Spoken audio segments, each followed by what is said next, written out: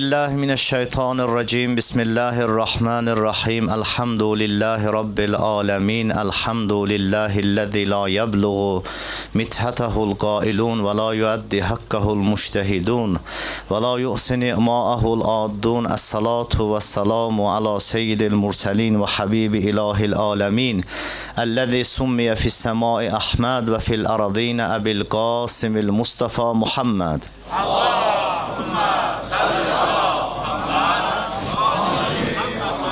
ve ala alihi alillah ve la'nud daimu ala a'daihim a'daillah.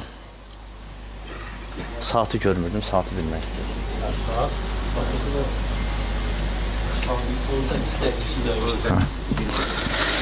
Bismillahirrahmanirrahim.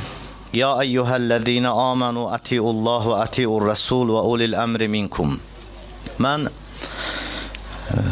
bu günlərdə birinci söhbətim olduğuna görə başta zamanımızın sahibi, ağamız, Mövlamız Həzrəti Zəhra salamullahi aleyhanın balası, yeryüzündə Allah subhanahu ve taalanın nümayəndəsi İmam Mehdi Əcəlallahu Fərəcəhu Şərifə baş sağlığı təsliyyət ərz eləyirəm bu günlər münasibəti ilə. Nənəsi Zəhra salamullahi aleyhanın şəhadət günləri münasibəti ilə və dünyanın hər yerində Həzrəti Zəhra salamullahi aleyhanın məhəbbəti ilə döyünən ürəkli sahiblərinə, siz əzizlərimə, xalqıma, İslam ümmətinə Həzrəti Zəhra salamullahi aleyhanı dərk eləyib, ona iman gətirib, ona məhəbbət olan ürək sahiblərinə baş sağlığı təsliyyət ərz eləyirəm. Allah subhanahu wa ta'ala bizi və gələcək nəslimizi Peyğəmbər və onun pak əhl-i beytindən ayrı salmasın inşallah. Mən bu oxuduğum ayədən danışmazdan əvvəl istəyirəm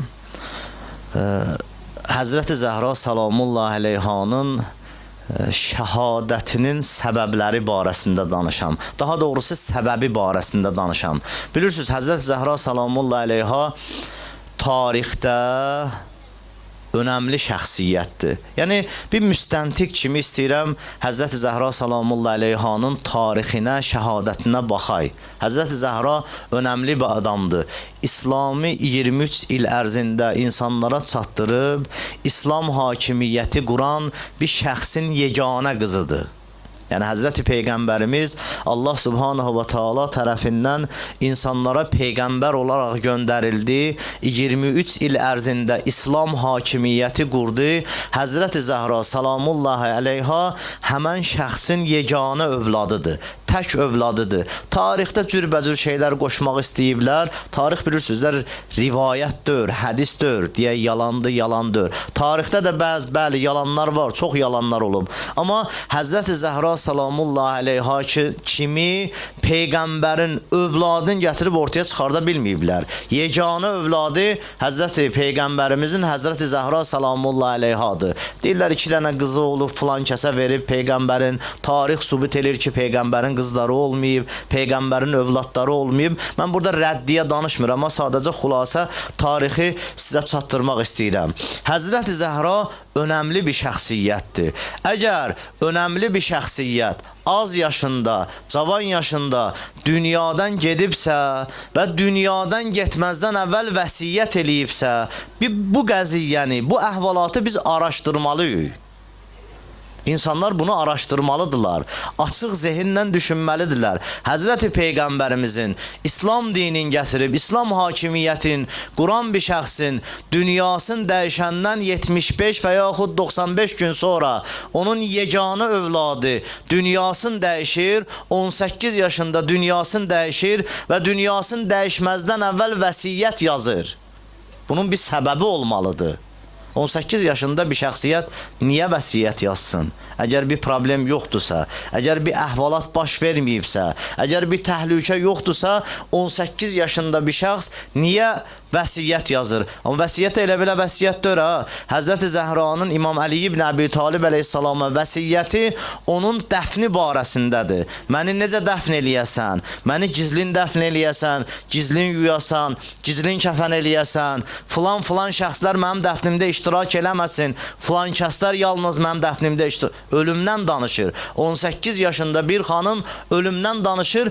Bu tarixi hadisəni gərək araşdırasan ki, nədir səbəb olan buna? Bu ölümə, bu şəhadətə səbəb olan nədir? Əlbəttə, bir öldürən var. Müstəntiq araşdıranda bir öldürən var. Bir öldürməyə razı salan var, əmr eləyən var. Müharibələrdə əskərlər döyüşür, amma müharibənin əmrin verən başqanlar var, başçılar var. Bu demək deyil, əskər gedib bir nəfəri öldürüb, o başçı günahkar deyil.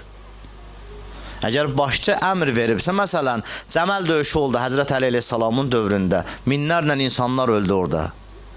Başçılara heç nə olmadı. Bu insanların qanının cavabdehi var, məsuliyyət daşıyan var, bu insanları döyüşə gətirən var. Siffeyn döyüşündə minlərlə insanlar öldü, filan döyüşündə xəvariclərlə döyüşdə filan qədər insanlar öldü. Bunun məsuliyyətini daşıyan başçılardır.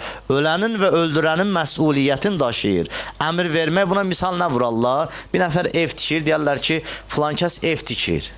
Bizim zehnimizə nə gəlir? Filan kəs özü kərpiç üstə qoyur.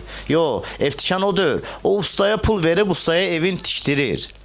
Amma ev sahibi bu olduğuna görə deyərlər filan kəs evi tikir. Müharibələr də elədir. Müharibələrdə, döyüşlərdə, ölüm əhvalatında öldürən var və öldürməyə təşviq eləyənlər var. İkisi də eyni səviyyədədir. Deməli, bizdə bir öldürən var, bir öldürməyə təşviq eləyənlər var, bir də bu ölümü görüb sükut eləyənlər var, sakit olanlar var. Üç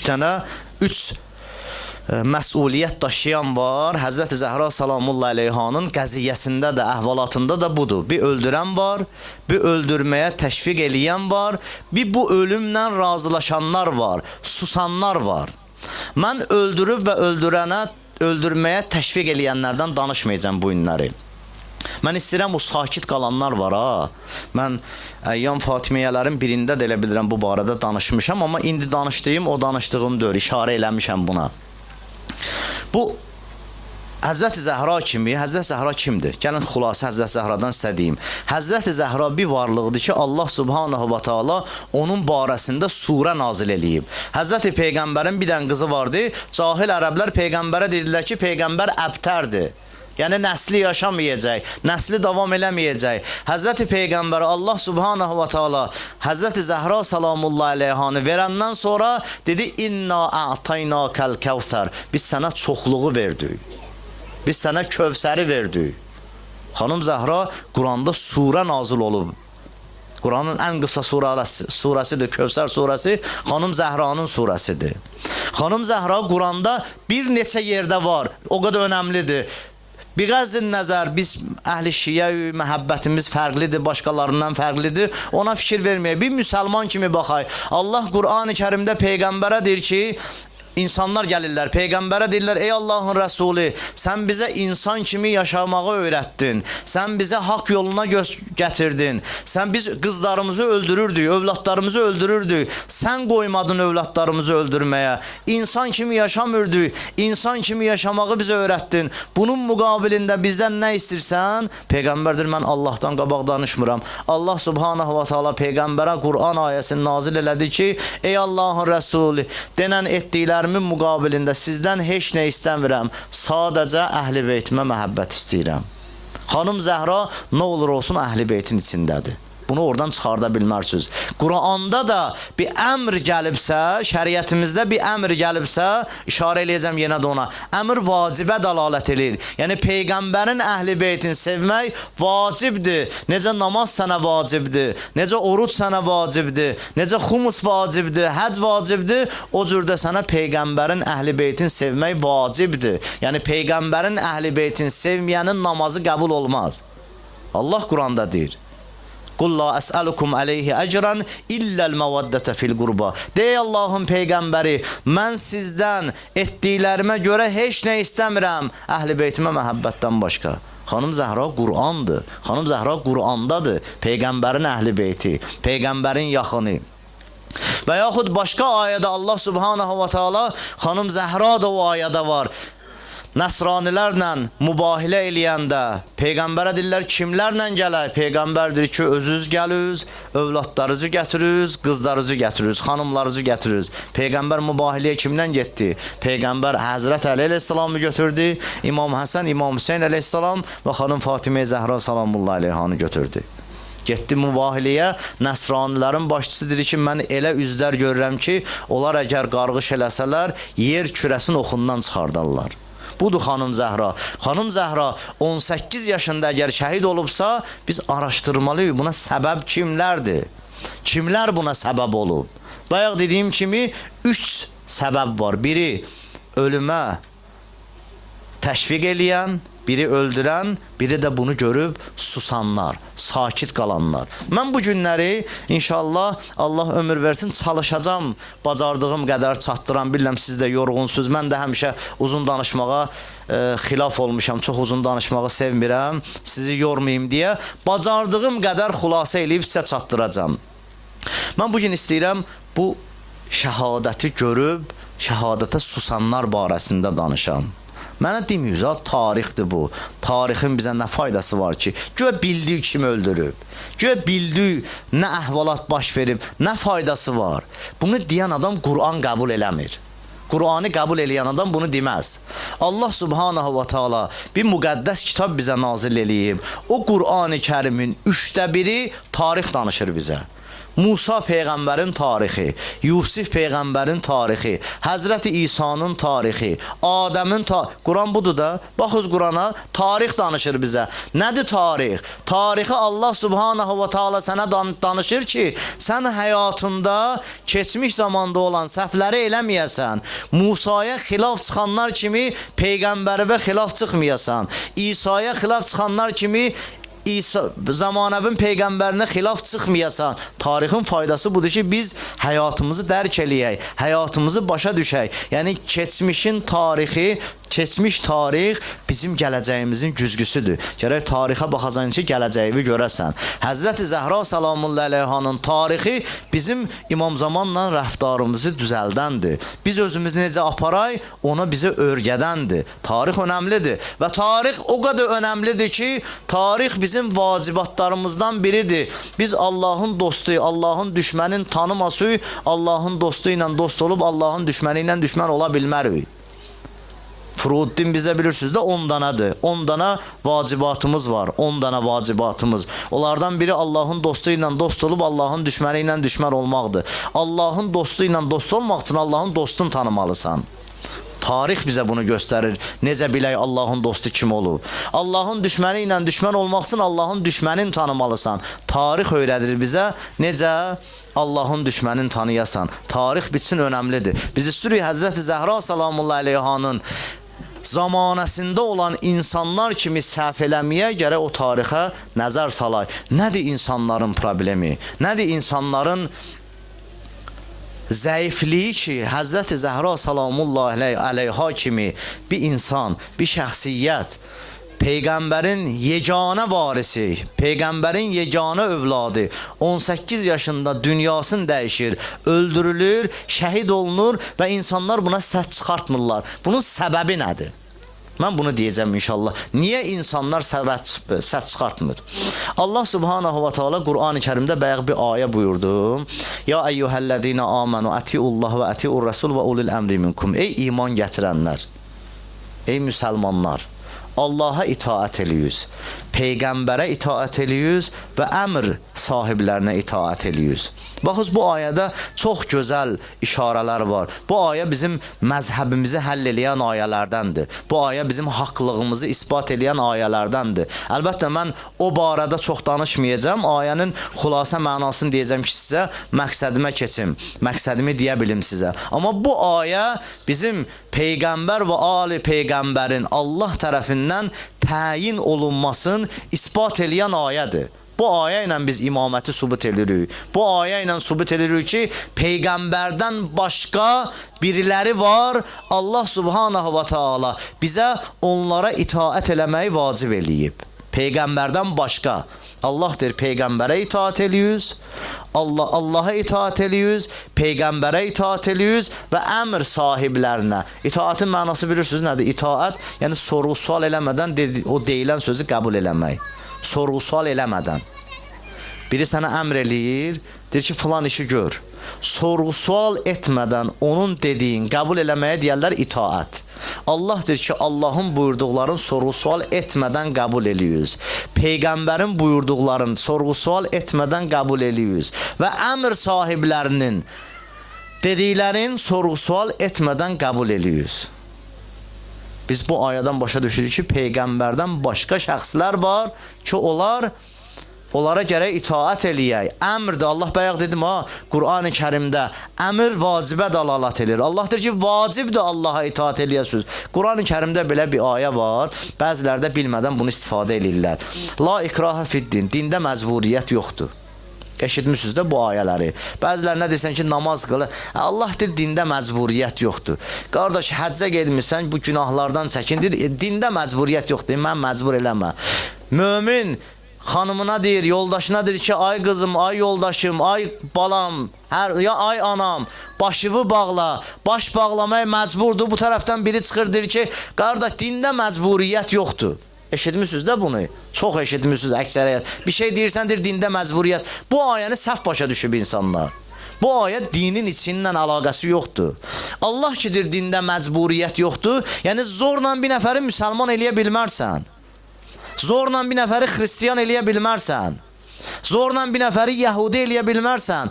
Amma bir nəfər İslamı araşdırıb, tapıb, İslamın haqq olduğunu bilir, İslamın bütün qayda qanunlarına riayət eləməlidir. Necə yəni məcburiyyət yoxdur? Hicab əgər Allahın şəri məsələsidirsə, qadın hicab bağlamalıdır. Hicabına riayət eləməlidir. Namaz əgər Allahın şəriətidirsə, namaz qılmaq məcburdur. Qılmalısan namazı. Necə yəni məcburiyyət yoxdur? Mən övladımı məcbur edirəm namaz qılmaya. Niyə də? Niyə də eləməyim? Mən müsəlmanam, övladım müsəlmandır. Mən İslam dinini qəbul eləmişəm. Onun Allahın qəbul eləmişəm. Allahı qəbul eləmişsən, Peyğəmbəri qəbul eləmişsən, Qur'anı qəbul eləmişsən, qiyamət aləmin qəbul eləmişsənsə, o məcbursan namaz qılmağa, məcbursan hicab bağlamağa, məcbursan qeybət etməməyə, məcbursan haramdan çəkinməyə. Necə yəni məcburiyyət yox? O ayə başqadır. Ayəni düz başa düşməyib insanlar. La ikraha fiddin, yəni kimisə zorla müsəlman eləmək olmaz. Allah subhanahu wa ta'ala deyir ki, vacibdir sizə Allaha itaat eləyəsiniz. Vacibdir sizə Peyğəmbərə itaat eləyəsiniz. Vacibdir sizə əmr sahiblərinə itaat eləyəsiniz. Bu ayədə bir neçə işarələr var, istəyirəm bunları deyim sizə. Birincisi, Allah subhanahu wa ta'ala burada xitabı ancaq möminlərə eləyir. Quran ayələrinə baxanda Allahın kitabıdır da gözəl olmalıdır. Sadəcə tərif mənasında deyirəm, çox gözəldir Qur'an-ı Kərim. Allah Teala bəzi hökmləri deyəndə, bəzi məsələləri deyəndə bütün insanlara xitab eləyir. Məsələn, Yasin surəsində Allah Teala deyir ki, Ələm əhəd iləykum ya bəni Adəmə əllə ta'budu şeytan. Ey Adəm övladı, hamıya dedi. Hamıya deyir. Bütün Adəm övladlarına deyir. Adəm Peyğəmbərdən ta qiyamət gününə qədər gələcək insanlara Allah Teala deyir. Ey bəni Adəm, ey Adəm övladları, axı siz mənə söz verdiniz ki, bu dünyaya gələndə şeytana ibadət eləməyəcəyik. Hamımıza xitab eləyir. Yəni istəyirsən müsəlman ol, istəyirsən müsəlman olma, nə olursansa ol. Allah Teala deyir ki, Ələm əhəd iləykum ya bəni Adəmə. Ey Adəm övladı, axı siz mənə söz verdiniz. Bəzi ayələr belədir, ümumidir. Bəzi ayələrdə Allah Teala xüsusiləşdirir, möminlərə deyir. Bu ayədə həmən möminlərə xitab olunan ayələrdir. Yəni Allah burada bizə demək istəyir ki, İslam dininə ki gəlmisən, İslamı ki qəbul eləmisən, İslamda olan hökmləri qəbul eləmək sənin vacibindir. Məcbursan İslamın hökmlərini qəbul eləməyə. Ona görədir, ya eyyuhəllədin amanu, ey iman gətirənlər, sənin imanın bununla tamamlanır. Allaha itaat eləyəsən, Peyğəmbərə itaat eləyəsən və əmr sahiblərinə itaat eləyəsən. Sənin imanın bununla tamamlanır. Nə qədər itaat eləməmsən, imanın tamamlanmayıb. Möminsənsə, Allaha və Peyğəmbərinə iman gətirmisənsə, bunu eləməlisən, itaat eləməlisən. Yəni xitab edir möminlərə. Əlbəttə bu bir dənə də cavabdır. Bəzilər ki, deyirlər peyğəmbəri hər kəs görüb yaxşıdır. Bəzi əqidələri var, deyir, hər kəs peyğəmbəri görüb, peyğəmbərin sahabəsidir, yaxşıdır. O biz onun barəsində pis deyə bilmərik. Niyə deyə bilmirik ki? Allah Münafiqun surəsini nazil eləyib. Peyğəmbərin səhabələrin içində münafiqlər olmasaydı, niyə Allah Münafiqun surəsini nazil elirdi? Niyə Allah subhanahu wa ta'ala möminlərə xitab, ey möminlərə, ey iman gətirənlərə, əgər iman gətirmişsizsə, itaat eləyiz. Deməli, itaətlərində boşluq var idi ki, Allah Teala təkid edir. Nə qədər Quranda itaat ayəsi var? Quranın bir dənə açıyoruz, Allah Teala deyir, itaat eləyiz, Peyğəmbərə itaat eləyiz, Allaha itaat eləyiz, Allahın əmrindən, deməli, möminlər itaat eləmirmişlər də. Sorğu-sual elirmişlər Peyğəmbəri. Peyğəmbərin zamanısına bax, Peyğəmbər bir hökmü deyəndə, baxız Peyğəmbər o qədər ehtiyat eləyib. Bəzən biz bu minbərə çıxanda, yerdə oturanlar deyir ki, minbərə nə gəldi, ağzıma nə gəldi, gərək danışasan. Elə bilir ki, biz çıxıb belə eləməliyik də. Ruhani qardaşlarımız da bura çıxanda, bu minbərə çıxanda bir neçə şeyləri ehtiyat eləməlisən. Onu düşünüb insan danışır. Məsələn, cürbəcür məzhəblər var da, elə söhbət eləmələrsən ki, bəzi məzhəbləri vurmayasan. Gələr, oturar səndən üzbəüz söhbət eləyər, haqq olduğu sübut eləyərsən və yaxud o haqq olduğu sübut eləsin. Mən çıxım minbərə elə o bütün məzhəbləri vurum, mənəm haqq, minbərdə gərək ehtiyat eləyəsən. Minbərdə bəzən bu yeri düşünməlisən. Mən oturmuşam bir dövlətdə, o dövlətin qaydası, qanunları var. Mən bu minbərdən götürüm, döşəyim Rusiya dövlətinə, ağzıma nə gəldi deyim, mən xətibəm də nə istəyirəm deyə bilərəm. Sən bu yeri bağlatdıracaqsan, möminlərin yığıncağı yerini bağlatdıracaqsan, möminlərə xətər gətirəcəksən. Baxın, bəzən insan düşünür, Həzrəti Peyğəmbərimiz də bəzən hərəkət eləyəndə düşünərdi, insanları düşünərdi. Nəinki insanlardan qorxardı ya, insanları düşünərdi, bir addım atardı. İnsanlar itaatsiz olduqlarına görə insanları düşünərdi, Peyğəmbər hərəkət eləyərdi. Ona görə Məkkənin fəthində Allah subhanahu wa ta'ala Peyğəmbərə deyir ki, İnna fətəhna ləkə fətən mubina liyaghfirə ləkə ma təqəddəmə min zəbbikə və ma təəxxər. Ey Allahın Rəsuli, biz sənə açıq-aşkar bir dənə fəth verdik, bir dənə qalibiyyət verdik sənə. Nədir qalibiyyət? Allah Teala deyir ki, sənin qalibiyyətin, sənin keçmiş və gələcək günahlarını bağışladım. Peyğəmbər günahkar idi bəyəm? Xeyr. Məkkə əhli ki, Peyğəmbəri günahkar kimi tanıyırdı. Çünki Peyğəmbər gəldi, gələn kimi onların bütlərin qırdı.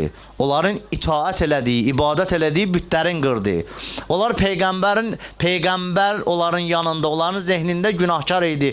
Məkkə fəthindən sonra Allah Teala deyir ki, mən sənin keçmiş və gələcək günahlarını bağışladım. Yəni, insanların zehnində artıq günahkar dörsən. Zorla da olsa sənin Peyğəmbərliyi qəbul elədilər.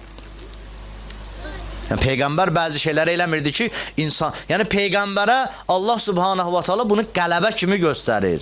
Bax, insanların qəlbinə yol tapdın, insanların qəlbinə girə bildin, insanlara sözvü deyə bilərsən. İnsanlara sözvü demək üçün insanların qəlbinə yol tapmalısan. Yəni, ağzıma nə gəldi buradan danışım olmaz. Amma bəzi məsələlər var ki, bəli, bəzi məsələlər var, Allah subhanahu wa ta'ala deyir, onu deməlisən. Peyğəmbər Allah subhanahu wa ta'ala buradakı xitab edir, ey iman gətirənlər, deməli, iman gətirib imanların gizləyən insanlar var idi, itaat etməyən insanlar var idi. Allah onlara deyir ki, ey iman gətirənlər, istəyirsən imanın kamil olsun, imanın tam olsun, Allaha, Peyğəmbərə və əmr sahiblərinə itaat elə. Salavat deyir Peyğəmbər, Ali Peyğəmbər. Bir də bizdə belə ayə, bu ayə, bunu deyim, keçirəm mövzuma, məqsədimə. Bir də belə ayə bizdə bir dənədir. Bir dənə bu ayə var.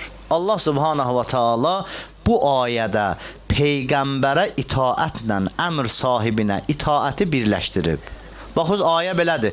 Ya əyyuhəl-ləzīnə amanu, ətiullah. Ey iman gətirənlər, Allaha itaət eləyiz. Sonra deyir, və ətiur rəsul və ulil əmri minkum. Deyir, Peyğəmbərə və əmr sahiblərinə itaət eləyiz. Yəni, Peyğəmbər və əmr sahibi üçün bir dənə itaət kəlməsini işlədir. Demir, Peyğəmbərə itaət eləyiz, əmr sahiblərinə itaət eləyiz. Belə demir. Deyir, peyğəmbərə və əmr sahiblərinə itaat ediyoruz. Yəni bunların itaati bərabərdir. Hər kəs peyğəmbəri qəbul edib əmr sahibinə itaat eləməlidir. Əmr sahibinin sözü ilə oturub durmalıdır və bilirik ki, bu əmr sahibi peyğəmbərdir. Amma əmr sahibi elə bir şəxsiyyət olmalıdır ki, peyğəmbər necə itaat olunur, ona itaat oluna bilsin. Yəni peyğəmbər kimi məsum olmalıdır. Peyğəmbər kimi bizim əqidəmiz peyğəmbər barəsində nədir? Biz şiələrin əqidəsi. Bəziləri deyirlər, biz məsum imamları Həzrəti Peyğəmbərdən daha üstün görürük. And ol Allaha yalan dürsüz. Bizim əqidəmiz peyğəmbər barəsində budur. Peyğəmbər bəşəriyyətin ən fəzilətlisidir. Peyğəmbər bəşəriyyətin ən dəyərlisidir. Peyğəmbər Allahın yer üzünə nazil elədiyi ən sevimli bəndəsidir. Kimsə ona çata bilməz. Bizim əqidəmiz budur. Peyğəmbər günahdan, xətadan, iştibahdan, yalandan, bütün çirkinliklərdən uzaqdır. Bizim əqidəmiz budur. Peyğəmbər heç vaxt günah eləməz. Peyğəmbər heç vaxt xəta eləməz. Peyğəmbər heç vaxt səhv eləməz. Hətta istir dini məsələlərdə olsun, istir ictimai məsələlərdə olsun. Bizim Peyğəmbərə baxışımız budur. Və əmr sahibi ki, Allah subhanahu wa ta'ala insanlara əmr eləyib ona itaat ediyoruz, bu əmr sahibi peyğəmbərə bənzər insanlar olmalıdır. Peyğəmbərə oxşar insanlar olmalıdır. Yəni günahdan, xətadan, səhvdən uzaq olan insanlar olmalıdır ki, biz onlara itaat eləyə bilək. Deməli, itaat bizim Qur'anımızda, dinimizdə, şəriətimizdə vacibdir. İnsan itaat eləsin. Gələk Həzrəti Zəhra salamullah aleyhanın məsələsinə. Həzrəti Zəhra salamullah aleyhanın dedim ki, şəhadətinə səbəb olan bir şəhid eləyən var, bir məcbur eləyən var şəhid eləməyə, yəni əmr verən var, bir də sakit qalanlar var. Mənə təəccüblü olan bu sakit qalanlardır. Niyə insanlar sakit qaldı? Bu cür insanın, bu cür şəxsiyyətin, bu cür dəyəri olan insanın şəhadətindən sakit qaldılar. Onların sakit qalmaqlarına səbəb bir, əmr sahibini doğru düzgün tanımamaqdır. İkincisi, tanıyıb itaat etməyənlərdir. Baxın, itaat ona görə bitsin də önəmlidir ya. Biz zamanımızın sahibini tanımalıyıq. Birinci bilməliyik zamanımızın sahibi kimdir və zamanımızın sahibinə itaatdə müqəssir olmamalıyıq. Yəni sorğu-sual eləməməliyik. Niyə Allah zamanımızın sahibi ilə içində əlaqəmiz yoxdur? Bizim məsumlarımız, imamlarımız mərci təqlidləri bizə vəsiyyət ediblər. Onları bizə göstəriblər ki, onlara itaat eləyək. Baxın, nə qədər möminlərimiz var, nə qədər cahil möminlərimiz var ki, mərci təqlidi münaqişə eləyir. Niyə bu hökmü verdiyi bu? Mən qəbul eləmirəm. Mən bu məsələ xoşuma gəlmir. Kimsən sən? Sən kimsən? Şəriət məsələsi sənə görə uyğunlaşsın. Nə zəhmətin var dindən, nə oxumusan, nədən xəbərin var? Dini məsələ ağılla dör. Dini ağılla 4 rükət namaz qılır. Mən ağlım hardan başa düşsün ki, niyə namazı 4 rükət qılırıq? Zöhr namazın. Niyə əsri 4 rükət qılırıq? Niyə sübhi 2 rükət qılırıq? Niyə məğribi 3 rükət qılırıq? Niyə işanı? Ağıl bunu dərk eləmir. Ağıllıq dör bu. Allah deyib bizə, belə qılız baş üstə. Baş üstəyi mənim Rəbbim, baş üstəyi mənim Allahım. Mərci təqlid də Peyğəmbər və ali Peyğəmbərin hədislərindən süzülmüş hökmləri və yaxud Qur'andan süzülmüş hökmləri bizə çatdırandır. Mənim ixtiyarım yoxdur təqlid elədiyim şəxsə deyim ki, niyə bu fitvanı sən vermirsən? O bilir niyə verib. O səbəbin bilir. Oxuyub ömrün həsr eləyib buna, həyatın həsr eləyib buna. Niyə etiraz edirik? İtaatsizliyimiz var. İtaatdə problemlərimiz var. Və insan bu problemləri həmişə yaşayır. Vilayət barəsində insanlar həmişə bunu yaşayıblar. Məsələn, biri gəlir İmam Sadiq əleyhissalama deyir ki, ağa, niyə inqilab eləmirsən? Niyə inqilab eləmirsən? İnqilab elə biz də sənin dalında durmuşuq. Ağa deyir, get, mən bilirəm niyə eləmirəm. Küsür ağadan get. Sən itaat eləmir, bilmirsən itaati. İtaat bilən gəlib imama yol göstərməz. İmam Hüseyin əleyhissalama kimsə demədi niyə inqilab eləmirsən. İmam Hüseyin əleyhissalama bəzilərdir ki, ağa sən bilirsən, getsən Yezid səni şəhid eləyəcək ha. Amma gedənlər İmam Hüseynlə getdilər. Day soruşmadılar, niyə gedirik, nəyə gedirik? Zamanəmin imamı mənə deyib, bu olmalıdır, bu olmalıdır. Ona görə İmam Hüseyn əleyhissalam deyir ki, mən öz səhabələrimdən daha üstün səhabə görmədim. Mən öz köməkçilərimdən daha üstün köməkçi görmədim. Niyə? Səbəbi nə idi? İtaətdə möhkəm idilər. İtaətdə İmam Hüseyn əleyhissalam Cənab Qasimə deyir ki, oğlum, sən ölümü necə görürsən? Deyir, mən zamanəmin imamının qabağında şəhid olmağı bir qaşıq bal içməyə bənzədirəm. Yəni demək istəyir, mən itaətdə tamam. Əbəlfəzl ağa barəsində tarix yazım, İmam Hüseyn əleyhissalam deyir ki, Aşura günündə öz səhabələrinə cənnətdə yerlərin göstərirdi. İşarə baxızdır səmaya, səhabələr öz səmada cənnətdə yerlərin görürdülər. Gördülər, Əbəlfəz ağa başını salıb aşağı. Deyirlər, ağa sən niyə baxmırsan? Deyir, mən nə indirəm cənnəti? Mənim cənnətim yanımdadır İmam Hüseyn əleyhissalam. Qiyamət günündə o yanımda olsun, bəsimdir. Mənim cənnətim budur. Budur itaət. Budur itaət. Əli Əkbər doğranır, Əbəlfəz ağanın ürəyi partlayır, dözə bilmir axı. Qeyrətli şəxs dözə bilmir. İmam qardaşı balası doğranır və baxır buna, amma növbəsini gözləyir. Nə qədər imam deməyib get müharibə ilə, getmir. Budur itaət. İmam deyir, get su gətirir baş üstə. İmam Hüseyn sana Əbəlfəz ağa deyir ki, sən döyüşməyə yollamıram, get su gətir xeymədəkilər üçün. Deyir, baş üstə. Su gətirməyə gedir. Su gətirməyə gedəndə şəhid olur. Zamanəmin imamı bunu deyib mənə. Budur itaət. Ona görə İmam Hüseyn əleyhissalam, amma İmam Əli əleyhissalamın dövründə, İmam Əli əleyhissalam dövründə bir qrup insan çıxdı, dedi ki, la hukmə illa lillah. Allahdan başqa. İmam Hüseyn əleyhissalam imamların içində ən şah imam idi ki, itaətin çoxun gördü. Ən kef eləyən, itaətlə ən çox belə deyək də, əslində şah o demək istəmirəm, amma üstünlük barəsində. İmam Hüseyn əleyhissalam itaət barəsində ən çox itaət görən imamlardan idi. 72 nəfəri var idi. Əli əleyhissalamın yanında kim var idi ki? Əli əleyhissalamın xanımın gözünün qabağında şəhid edirlər, İmam Əli əleyhissalam sakit qalır, İslam dini yaşasın deyə. İtaət eləyənləri yox idi. Bir dəfə Həzrət Əli əleyhissalam gəlir evə, görür xanım Zəhra ağlayır. Deyir ki, ey Peyğəmbərin qızı, niyə ağlayırsan? Deyir, ya əmirəl müminin. Bax, xanım Zəhranın xitabına baxıyoruz. And ol Allaha, bunu elə belə demirəm ha. Xanım Zəhra öz zamanəsinin imamın tanıyıb ona itaət eləyən xanımlardandır. Xanım Zəhra Peyğəmbərə deyirdi, yəbnə Rəsulillah, ya Rəsulillah, ya Rəsulallah, ya Nəbiyyəllah. Atasına belə xitab eləyərdi. Atasından sonra əmr sahibi oldu Həzrət Əmir əl-Müminin Əli ibn Əbi Talib əleyhissalam. İmam Əli əleyhissalama deyərdi ki, ya Əmir əl-Müminin. Baxız, Peyğəmbər qızıdır da, xanım Zəhra kainatın yaranma səbəbidir. Rivayətlər var, bunu deyim, bəziləri başa düşsə də düşməsə də, biz kimsinsə söhbət eləmirik. Biz xanım Zəhra salamullahi aleyhanın aşiqləri üçün söhbət edirik də. Bunu kim istir qəbul eləsin, kim istir qəbul eləməsin. Hədislərimizdə var. Hədislərimizdə var, Allah subhanahu wa ta'ala Adəm Peyğəmbəri yaradanda, Adəm Peyğəmbər Allaha dedi ki, ilahi, sən məni yaradanda, mən öz formamda, özümə oxşar 5 dənə nur gördüm. Onlar ki, məndən qabaq kimsə yaratmısan? Axı, birinci məxluq mənəm, birinci insan mənəm. Allah Taala dedi ki, vücud olaraq, maddə olaraq birinci sən yaratmışam. Amma o 5 nəfər ki görürsən ha, Allah Taala deyir ki, and olsun izzətimə, cəlalımə. Mən bütün kainatı, bütün insanları, cinləri, mələkləri hamısını onlara görə yaratmışam. Mən onların razılığı ilə insanları müqayisə edəcəm. Onların razılığı olan insanlara cənnət, onların qəzəbi olan insanlara cəhənnəm verəcəm. Kimdir onlar? Allah Taala deyir ki, hətta onların adlarını belə öz adımdan seçmişəm. O 5 nəfərdir.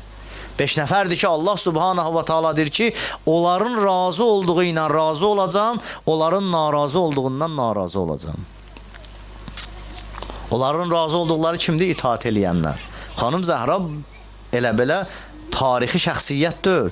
Xanım Zəhra bizim yaranma səbəbimizdir. Bizim yaranma səbəblərimizdən bir. Sonra Allah subhanahu, gəlin biz sizə birdən təvəssül yolu deyim.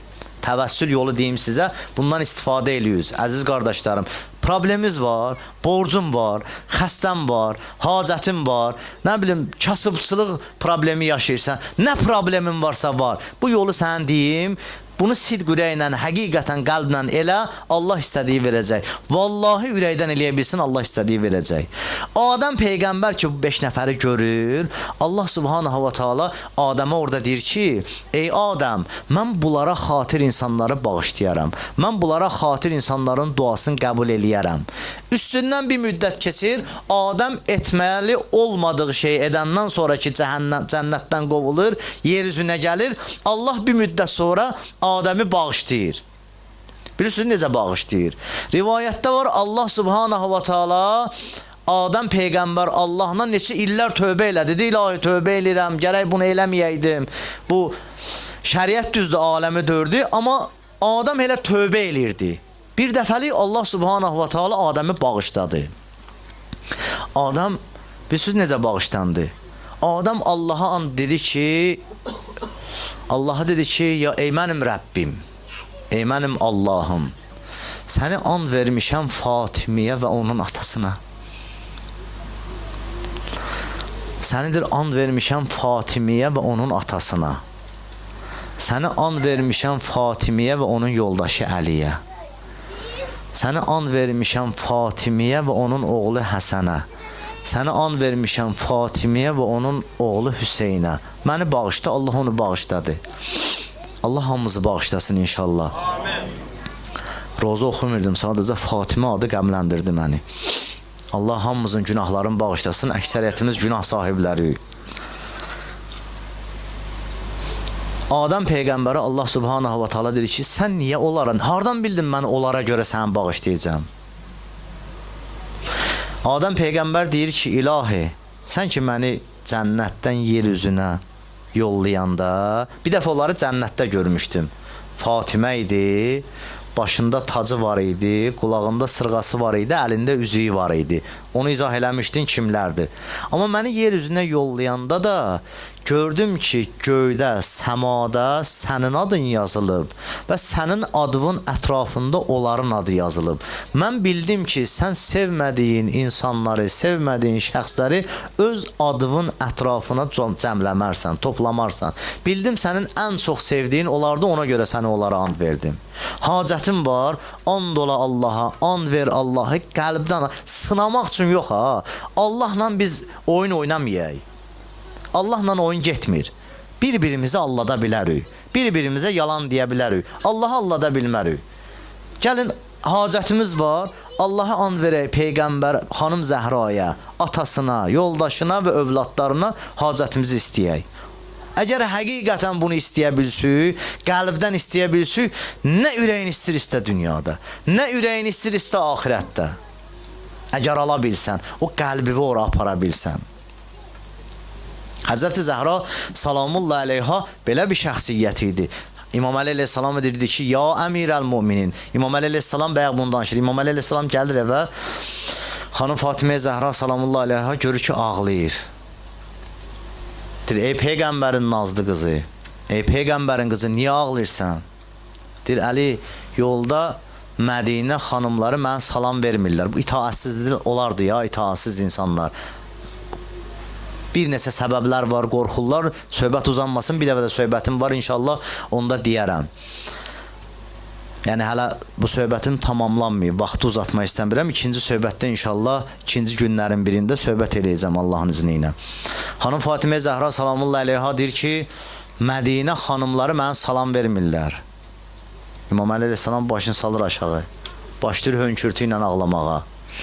Bu məzlum imam budur ya, İmam Hüseyin əleyhissalam deyir, İmam Hüseyin əleyhissalamın 72 nəfəri var idi. İmam Hüseyin əleyhissalamın Zeynəbi var idi ki, Bətələtü Kərbaladır, Kərbəlanın qəhrəmanıdır. İmam Hüseyin əleyhissalamın Zeynəbi var idi. Amma İmam Əli əleyhissalam, xanım Zəhra salamullah əleyha 18 yaşında bir neçə gündən sonra dünyasını dəyişir və Əli bilir bunu. Yaralıdır xanım Zəhra. Xanım Zəhraya deyir ki, ey Peyğəmbərin qızı, sənə salam vermirlər, mənim salamımın cavabını almırlar. İmam olasan, Allah sənin itaətivi Qur'anda vacib eləsin, amma insanlar sənin salamının cavabını almasın. Çox çətindir ya bu. Biz Biz mollalara o qədər ehtiram eləmişsiniz. Biz şıltaq qoy. Biri bizə salam verməyib keçəndə adamın bir təhər təsir elə ki, bu mənə salam vermədi. Həzrət Əli döyürük ki biz. Həzrəti Əmir əl-Müminin Əli ibn Əbi Talib əleyhissalam. Qur'an Həzrət Əlidən danışır. Qur'an Həzrət Əli əleyhissalama itaati vacib eləyib. Peyğəmbər dəfələrlə özümdən sonra xəlifənin Həzrət Əli əleyhissalam olmasını təyin eləyib. İnsanlar Əliyə salam vermirlər. Çox məzlumiyyətdir. Çox böyük məzlumiyyətdir. İnsanların itaatsizliyi səbəb oldu ki, bəziləri cürət eləyib xanım Fatimə Zəhra salamullah əleyhanı şəhid eləyə bildilər. Salavat deyə Peyğəmbər Ali Peyğəmbər.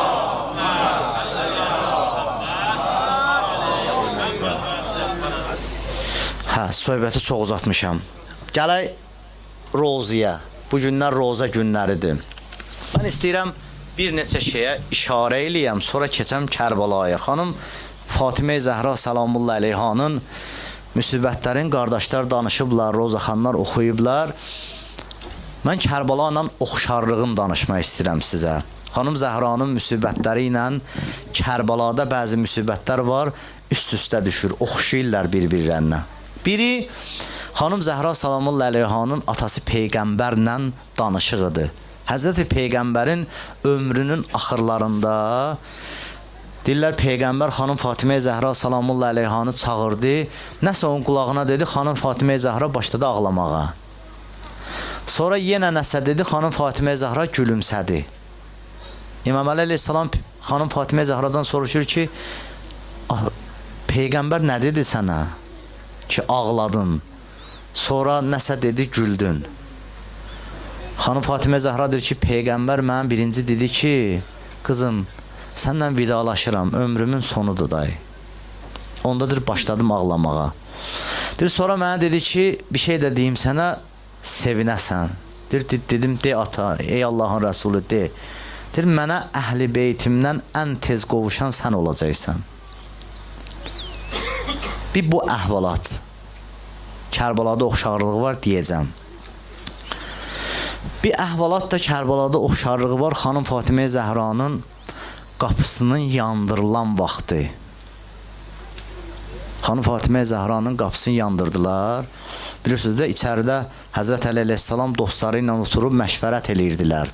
Dini necə xilas eləyək, dini necə qoruyaq.